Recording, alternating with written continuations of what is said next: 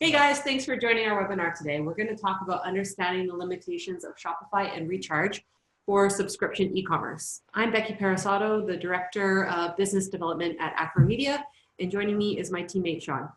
Hi, I'm Shawn McCabe. I'm the CTO at Acro Media. If you have any questions throughout this webinar, please enter them into the chat. We'll address them at the end.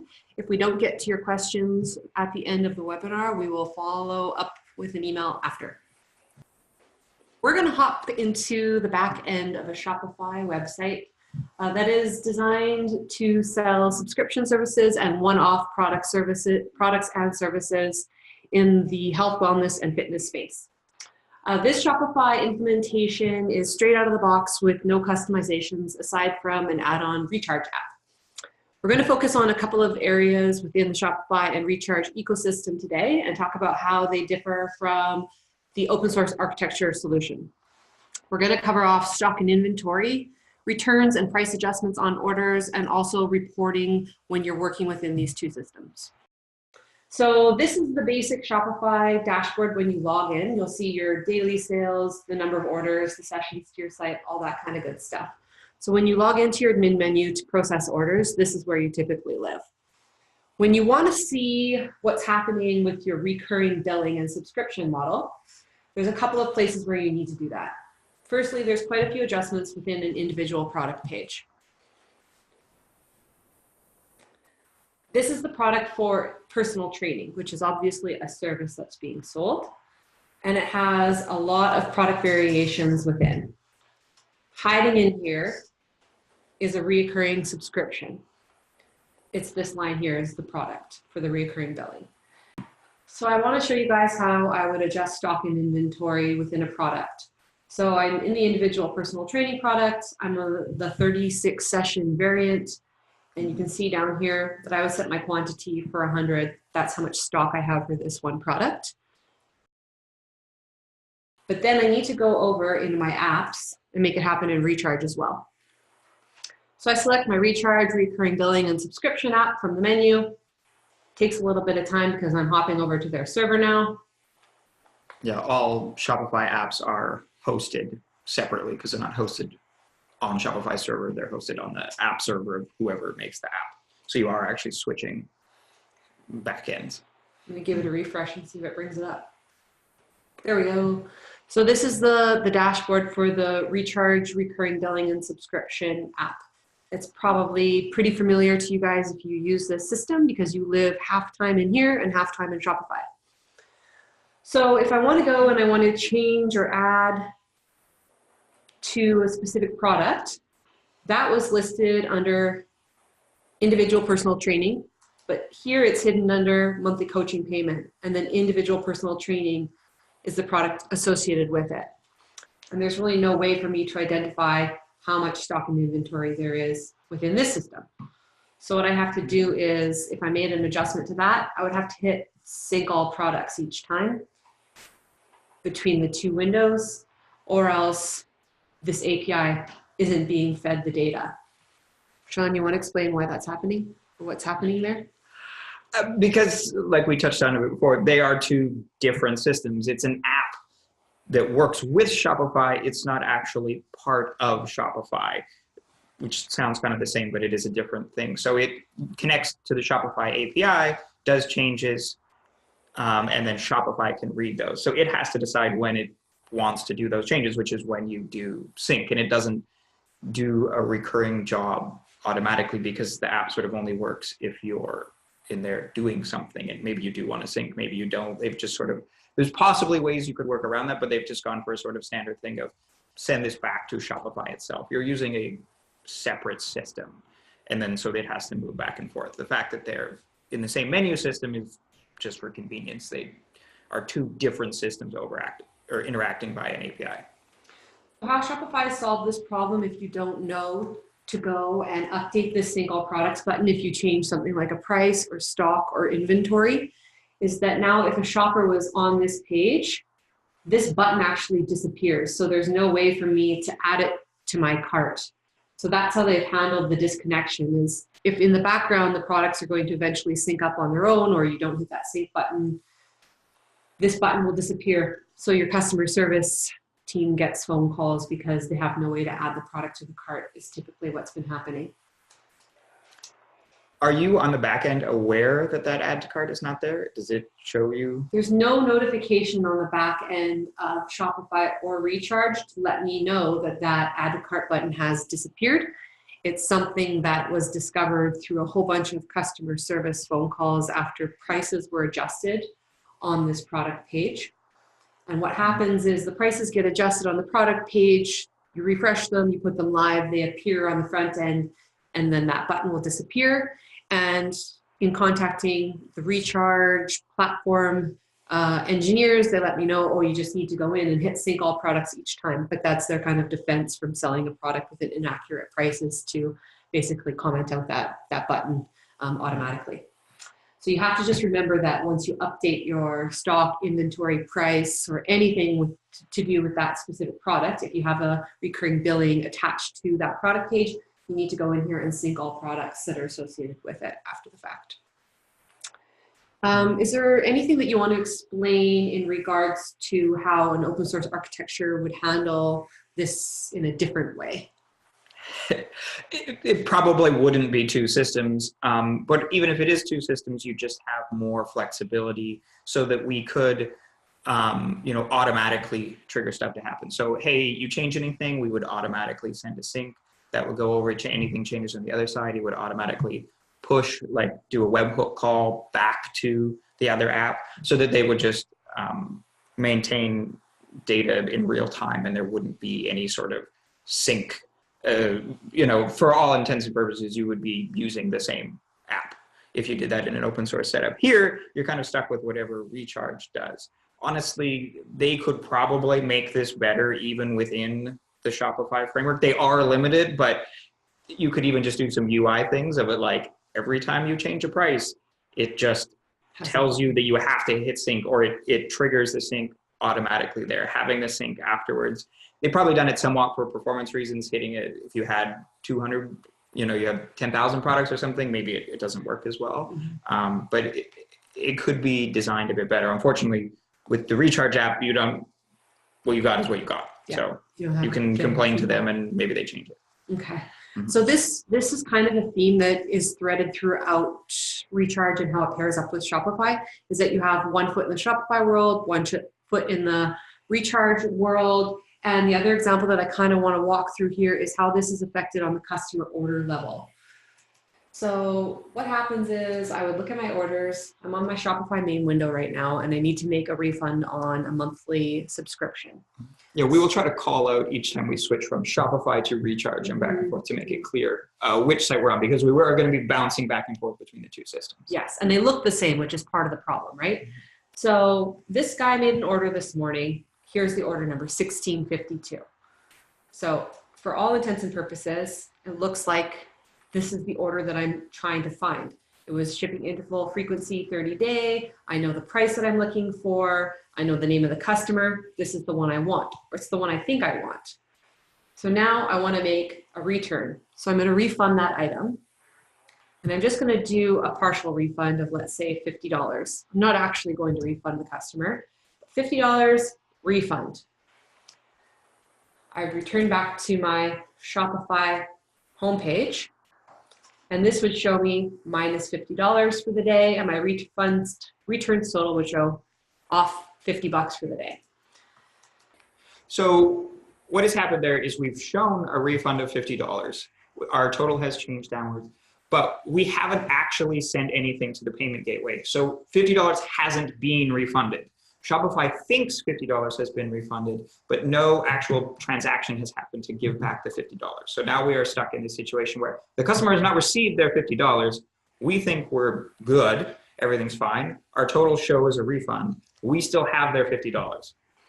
So then what you're actually supposed to be doing is, and this is just, you've learned this system because you use Recharge, is that you're going to click over, you're going to scroll down to your app. And now we are going to move over into Recharge. So we're out of Shopify and we're into the Recharge system. We still have the same menus. It still looks very similar, but we're in a different system. So I'm going to go to my orders now that I'm in Recharge. and I'm going to identify the same customer. First clue, your order number is different. This is where I actually needed to make the return. How do you identify a customer then? Is it just by name and By time? name or email address, search the email address. So you could potentially have an issue if a person ordered two things. You may not correct the same order because you can't. You might correct the wrong order because the monthly value is always the same as well, typically for the subscription billing, right? So you need to reference the time and date of the order because the order value is because they're always probably the same. $150 a month or something, Yeah. but they might have got two different trainers or something like that. Yeah. Or whatever. Right. So then now I'm over into the recharge app. So I need to go down, reference today's order date because that's the order I want to refund. Click into it and make my $50 refund here.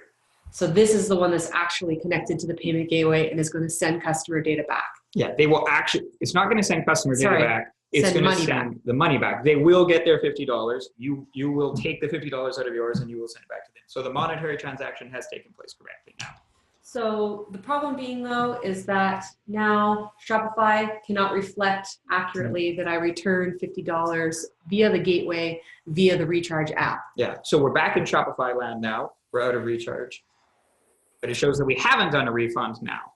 Because we've done it correctly. We've done it correctly. We haven't. The money's gone over. The data hasn't. We can only do sort of one or the other. The data goes or the money goes. We can't do both. So what do you do from a reporting standpoint then? We have to manually reconcile somehow. You have to go. You could go into Shopify now, and we could issue the refund in here again. To show, just purely to show. Make sure we do it exactly the same. Hopefully we do. If you flub up a number, we do 50, and maybe we get fat fingers and we put 500 on this one. Our data is going to be out of sync.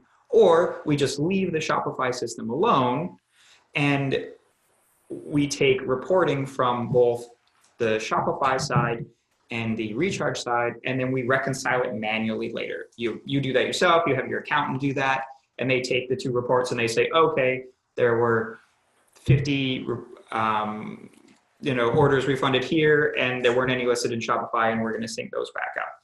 So here's where this all brings me for the daily life of living in these two apps. Now, the big disconnect that happens again and again is when it comes to reporting.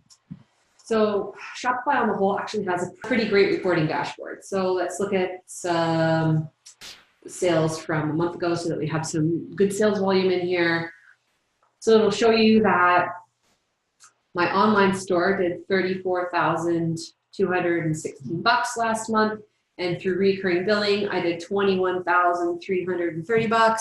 But that's inaccurate because anybody that checked out through the cart with a monthly coaching fee, which is a monthly subscription, and I'll add that to my cart. And then I also want to put in my personal training sessions. Now have one-time purchase. So I want to add my personal training sessions, one-time purchase, add that to my cart. When I go to checkout, so I have my monthly auto renew, plus I have 36 standard sessions. So to the customer, I check out, no big deal. I get charged for both. But when I check out, I hop over to the recharge app now. You'll see up here, powered by recharge subtly. So now in my data reconciliation, that entire charge went through recharge and is reflected as a monthly billing and subscription in my reporting. So my reporting is quite inaccurate. This is much more like $10,000 was in recurring subscription and billing, and the rest of it was in one-time purchase that actually went through my Shopify store. So why that's important is because now I need to keep a manual spreadsheet to extract my data to find out what percentage of my business is recurring revenue and know that for my tax reconciliation versus knowing how much is for one-time product purchases, sessions, stuff like that. How's data typically handled with open source? How is it aggregated differently? Well, what's happening in this case is really we're just taking we can only handle one payment gateway. So we say, okay, this has a recurring thing, in it. So everything has to go through the recurring section. And so often to recharge land, we go and that gets put through because we don't have the concept of, okay, some of this is recurring, some of this isn't, and let's split that up. It just doesn't, that's not a thing it can do. We can take one payment and it goes here or here. And so it has to be one or the other in a mixed order. Well, it has to go to the recurring side because the regular side can't handle recurring payments, and the recurring side can also make a standard payment. So it just goes there. In an open source setup, we're not running the 2-app system, so we can just do it normally. We can say, take your same payment information, we can make a static charge for you, we can set you up as a recurring thing. We're just keeping a payment token that you have and doing whatever charges are necessary for it. And so it's all the same system. And so we're not tagging the recurring or not recurring revenue by what payment gateway it went through. We're tagging it by what type of charge it was, what product it was, if it was a recurring, whatever it was. We're doing that way and not just it went to payment gateway A or payment gateway B. We're not really splitting this data up here in Shopify any different than, say, if I took half my orders through, PayPal, and I took half of them, through my authorized.net payment gateway.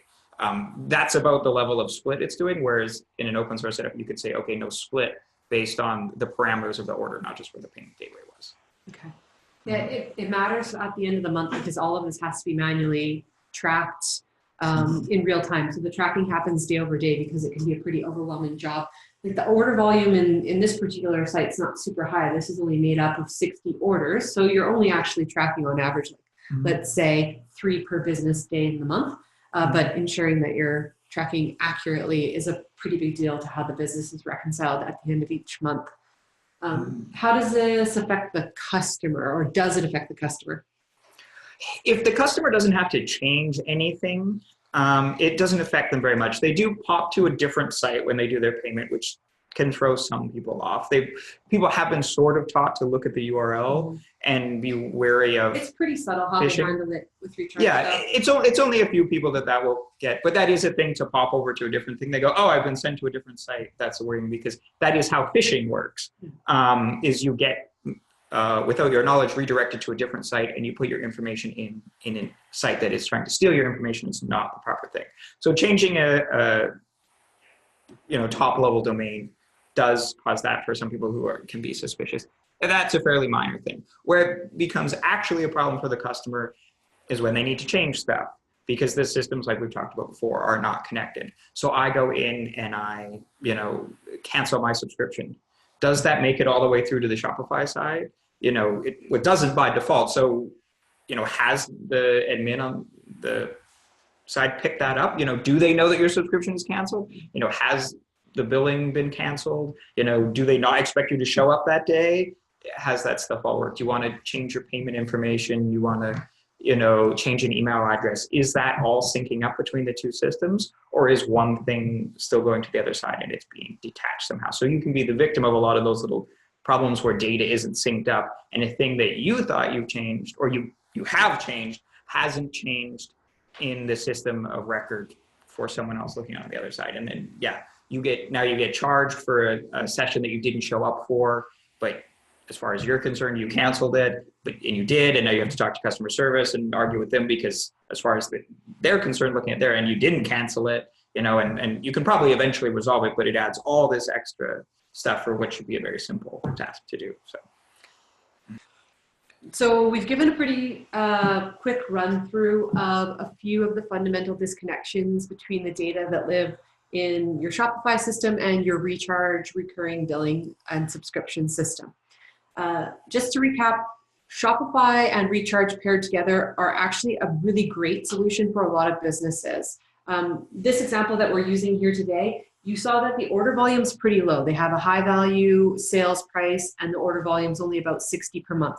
So these disconnections are likely manageable at that level. But how do you scale from here? So what happens when you need to process 600 orders or 6,000 orders per month, and you have this disconnected data and you need to reconcile and you need to be able to report and you need to have it in real time and you need to have customer service? How does this scale? So that's usually the bottleneck that comes into play. And that's when we look to something more open source where you can design architecture to match your business workflow and you're not limited by these 2 data points. Yeah. You can also have some difficulty depending on your order value. we have quite a high order value here for personal training.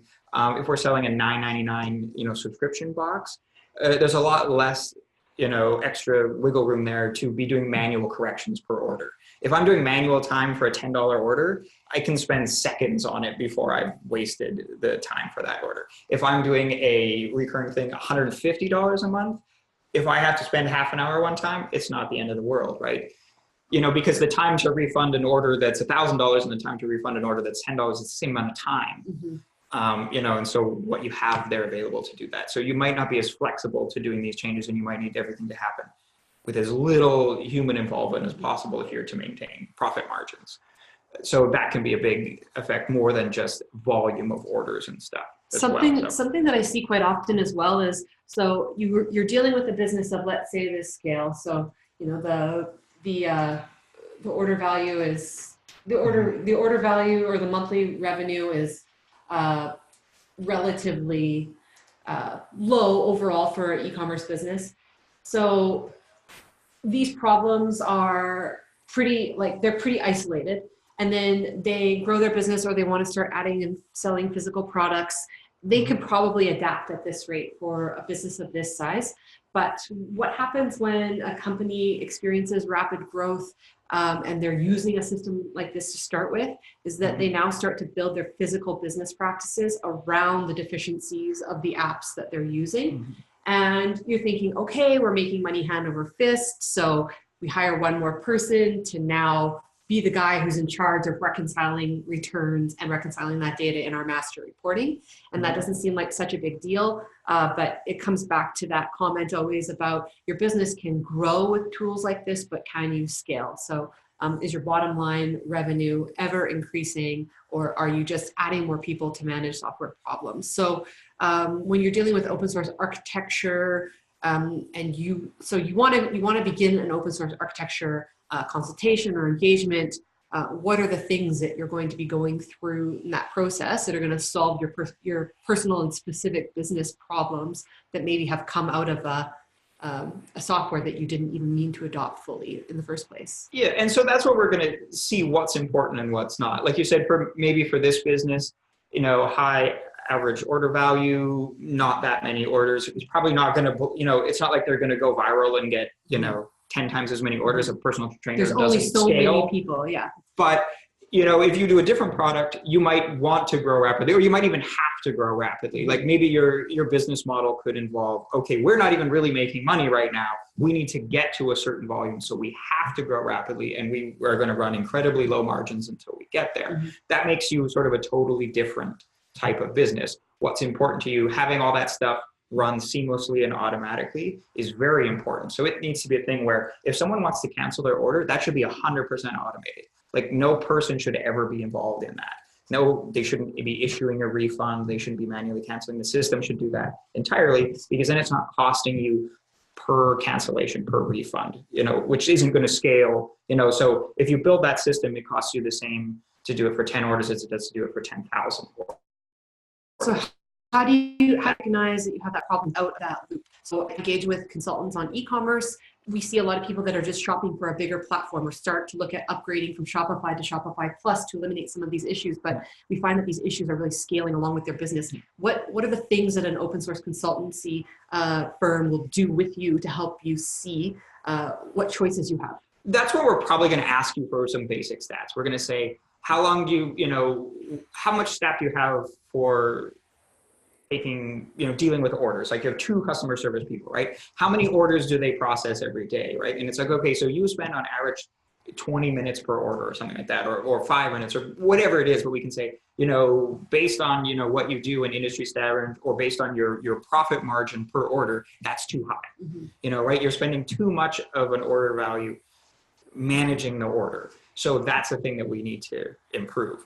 Or maybe it's like, the front end of your site really sucks, or it's another thing. In this case, we would identify this as probably a problem, because you wouldn't meet metrics. We would say, okay, you have, a refund takes you on average 5 minutes, which is too high. And also you have an error rate of 2% or something like that. We would pull some of your metrics from over the last few months and say, hey, your accountant noticed, errors in the following time. So you're also having these errors, how much money is that costing you? Oh, it takes us a day to manually reconcile that. So here's our cost of, we're wasting all this money, and that makes it's a, $5,000 a month problem, say.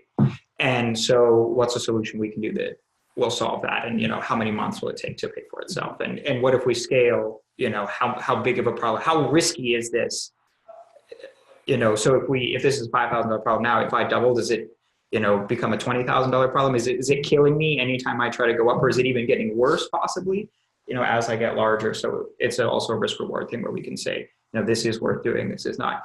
Say for this personal training one that we went over, it's probably not the thing we identify first. No. It's a pain in the butt. There's probably some minor flaws that happen. With 60 orders, though. But it's 60 orders, and oftentimes something like personal training, like you're literally talking to someone in person. You might be like, hey, I'm done. I'm not going to show up next month or whatever, right? It's not a very automated thing. Like you still have a lot of other interaction with your customers. If you're doing like an automated subscription box, you probably never talk to them, right? If you're like an online, you're not providing a service, you're providing a product that gets shipped to them. You don't have any contact with them. So you need the system to be able to handle that. You don't want every return to be like someone puts in a thing that says, hey, I would like to cancel. Here's my contact form information, and then they don't get canceled. Something shows up on their credit card. They might not even call you. They might just charge back, and now 6 months from now, you get that. It turns out you've been charging them for 6 months. They're charging backing you. You're not getting any of that money. Your payment gateway's mad at you for doing chargebacks. The customer's obviously gone, and they're probably super pissed at you. And so you've caused all these problems. So that's where it'd be like, okay, this is a serious thing that we need to correct. And so we can pull that through metrics. And also you might know these problems, be like, we get 5 complaints, a week on this. And it's like, okay, well, that's the thing. How much does a complaint cost you? What can we do to fix it? So when we meet new clients and they're trying to figure out where their problems are and where to start, we see them fall into some very typical categories, such as stock and inventory, fulfillment, reporting. There are some really classic places where things get bottlenecked due to inefficiencies in their current software. So we've actually built an e-commerce assessment tool that you can go through internally at your business. We often encourage more than one teammate to go through it. So it's really built from an operational standpoint. So it's about 40 questions, takes about 10 minutes to go through. We'll throw the link up here. And if you want to go through that e-commerce assessment, it'll send you the results and let you know where your kind of bottleneck and weak points are. And that's a good clue where to start to look. So again, encouraging you not to just shop for a bigger platform, because your problems will reoccur again to the next level scale within a few years, but more so to think about the architecture that connects all of these platforms together, giving you the opportunity to grow and scale at the same time. Lastly, we have a couple more resources here for you guys that you can check out. We have a few other webinars related to how you start to plan open source architecture versus replatforming. We have webinars about how you can scale. We also have a lot of great blog posts. Check out this one in particular regarding eliminating swivel chair process within your business. So stop manually entering data in more than one place. Thanks to Shawn for joining us today, giving us the technical perspective. And if you have any questions, here is our contact info.